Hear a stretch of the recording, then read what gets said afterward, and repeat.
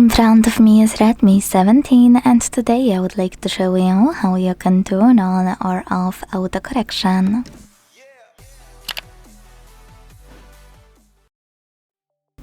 Begin by opening Settings and scrolling all the way down to tap on this section called Additional Settings. Now you need to click on Languages and Input,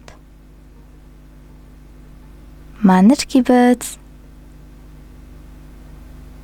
and Gboard. Following that, select this section called Corrections and Suggestions, and when you're ready, use this switcher next to Autocorrection. Thanks to it, you can turn it off or switch it on. If you want to, you can click on it on the left, and this way get access to this option called Undo Autocorrect on Backspace. Personally, I really like it, but if you want, you already know where to switch it off.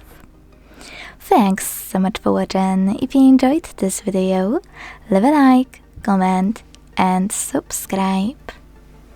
Bye!